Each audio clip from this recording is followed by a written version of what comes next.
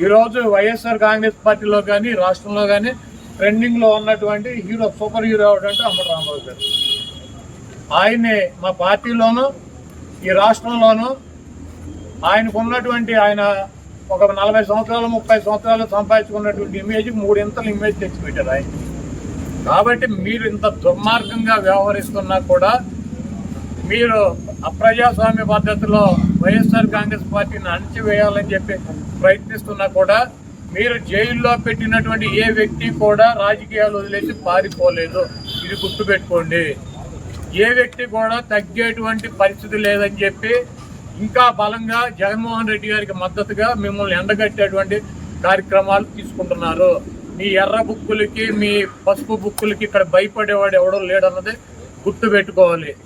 నిన్న లోకేష్ చెబుతున్నాడు జగన్మోహన్ రెడ్డి గారి పేరు రాశారా అని అడిగితే జగన్మోహన్ రెడ్డి గారి పేరు ఉందో లేదో మీ త్వరలో తెలుస్తుంది.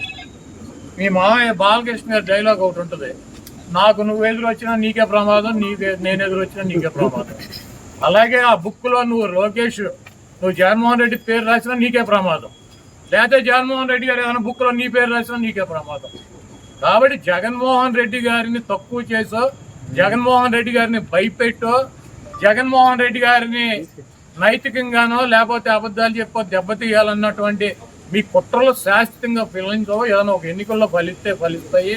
అదేవిధంగా అంబటి రాంబాబు గారు లాంటి స్వచ్ఛమైనటువంటి నిఖార్స్ అయినటువంటి వైఎస్ఆర్ కాంగ్రెస్ పార్టీకి జగన్మోహన్ రెడ్డి గారి కుటుంబానికి అండగా ఉన్నటువంటి వ్యక్తుల్ని మీరు ఇబ్బంది పెట్టడం వల్ల భవిష్యత్తులో దెబ్బకు దెబ్బ మీరు కూడా ఇటువంటి ఇబ్బందులను ఫేస్ చేయాల్సినటువంటి పరిస్థితి తప్పకుండా ఉంటుంది.